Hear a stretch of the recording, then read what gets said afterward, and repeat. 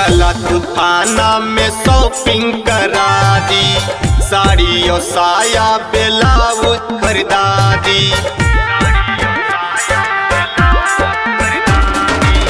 चला तू थाना में शॉपिंग करा दी, साड़ी और साया ब्लाउज खरीदा दी।